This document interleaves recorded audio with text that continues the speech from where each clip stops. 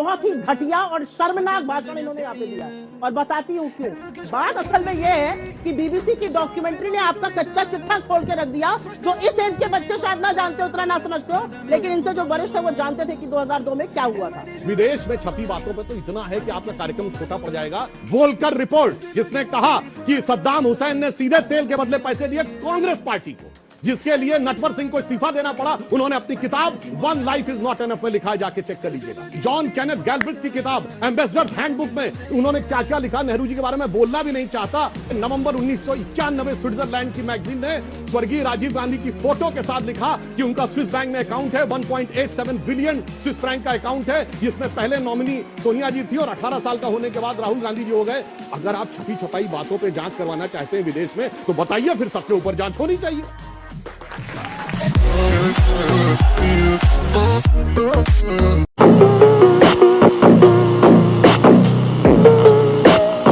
राहुल गांधी को तो बोलने ही नहीं आता है। पूरा देश टकटकी लगा के देख रहा है कि राहुल गांधी को बोलने कब आएगा। कभी आलू से सोना निकाल देते हैं, तो कभी पूरा मोदी समाज को टारगेट करके अपना सदस्यता गंवा बैठते हैं। उनको कब बोलने? आइंदा के लिए जान लेना, चोर को चोर कहा जाएगा और नीरव मोदी और ललित मोदी इस देश का पैसा चुराकर भाग गए।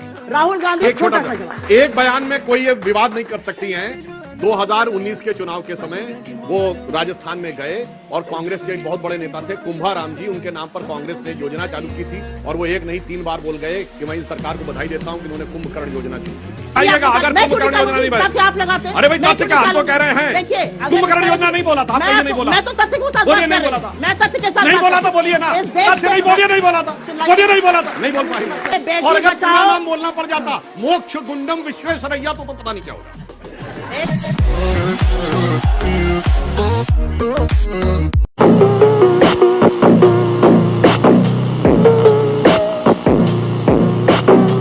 मोदी जी कोई घर से पैसे लेके आए, सरकार बनवा रही है। मोदी जी अपने मामा जी के यहाँ से पैसे लाए। 3600 से ज्यादा दंगे हो देश के अंदर, लेकिन संसद भव्य होनी चाहिए, क्योंकि वो आधुनिक भारत का प्रतीक है। गजब है भाई, रामजादे हरामजादे कहकर वोट मांगेंगे और संसद में बैठेंगे। We are the mother of democracy. शायद जिन लोगों ने हिस्ट्री पढ़ी हो तो कहा जाता है इंग्लैंड से शुरू हुई थी।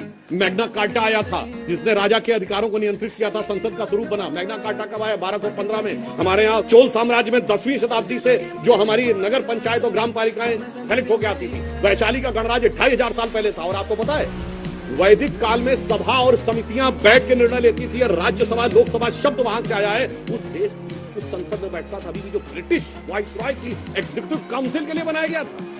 इधर संसद भवन यानी लोकतंत्र के मंदिर का भी नया स्वरूप आ रहा है, उधर भव्य श्री राम मंदिर का भी नया स्वरूप आ रहा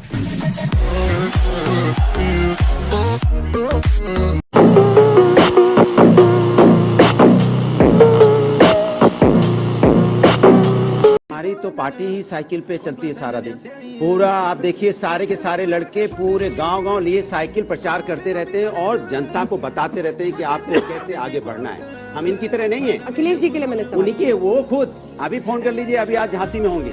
वो 1 सेकेंड अगर रुकते हो कहीं भी, वो सुबह से लेकर शाम तक जिले जिले अपने कार्यकर्ता, और क्या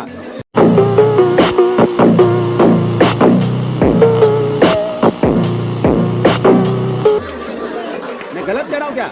वो सुबह से लेकर शाम तक जनता के बीच में रहते, इनकी तरह एसी में नहीं बैठे हैं। इनका बस वो जौन सी गाड़ी पे जो साइकिल पे चले, जरा उस साइकिल देखिए। हाँ।